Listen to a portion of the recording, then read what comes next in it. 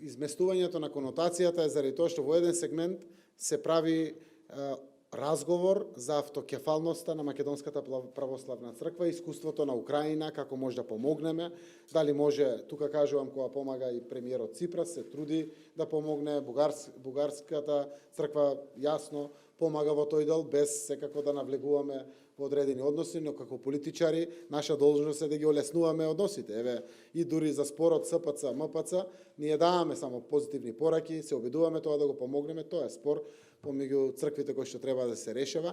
И еден дел од контекстот на кој што разговараме е автокефалност. Сосема друг дел е колку треба се подржи верските заедници, колку треба се подржат. Јас, знаете дека бев и на суд заради градење на црква во Струмица.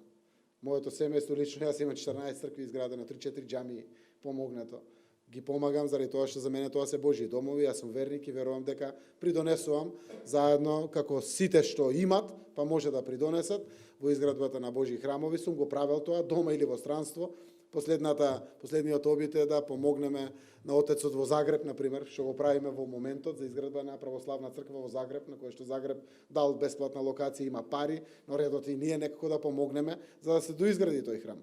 Значи, немам дилеми, никој пат не биле спорни моите планови, придонеси или слично. Многу често сум знаел да бидам горд за тоа, за да позитивно испровоцирам и други да помагат. Некој пат општествената одговорност е важна работа во државата.